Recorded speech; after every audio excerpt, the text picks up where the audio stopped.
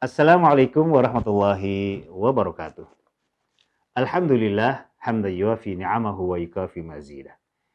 Ya Rabbana wa lakal hamdu wa lakal syukur kama yanbaghi li jalali wajhikal karim wa azim sultani. Allahumma salli wa sallim wa barik ala sayyidina wa habibina Muhammad wa ala alihi wa sahbihi wa man tabi'ahum bi ihsanin ila yaumil qiyamah. Amma ba'du. Para shaimun dan shaimat rahimakumullah. Berpuasa di bulan Ramadan dengan melakukan berbagai ibadah di bulan Ramadan ibarat kita sedang lari maraton. Ketika sudah jelas pahala yang akan kita dapatkan dari Allah Subhanahu wa taala.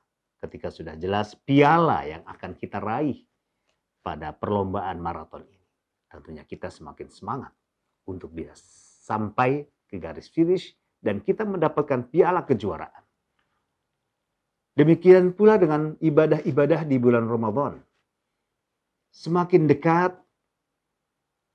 kita akan bisa mencapai garis finish di bulan Ramadan. Semakin cepat dan semakin jelas kita melihat pahala dari Allah Subhanahu wa taala.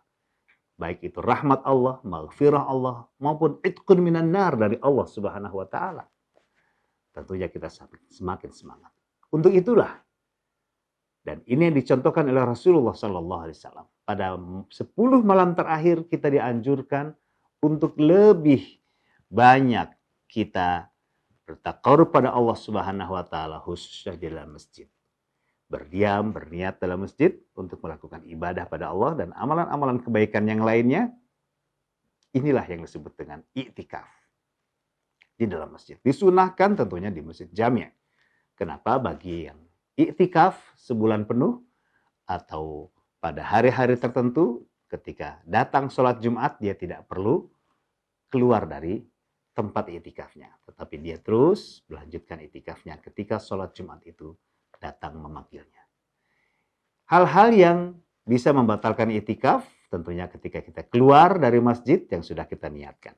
Tetapi kalau dari awal kita berniat, ya, i'tikaf kita hanya beberapa jam, itu tidak membatalkan.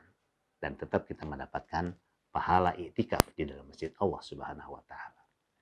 Tetapi ingat, bagi mereka yang punya tanggung jawab pekerjaan, jangan sampai mengorbankan pekerjaannya karena sesuatu yang anjuran.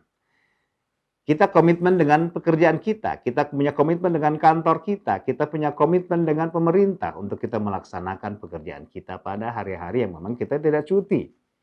Jangan sampai i'tikaf kita sampai tengah malam kita tidak tidur tapi justru kinerja kita berkurang tempat kerja kita.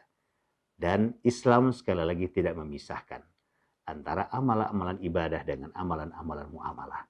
Kita punya tanggung jawab, kita punya akad, kita punya transaksi. Demikian juga dengan Allah Subhanahu wa taala.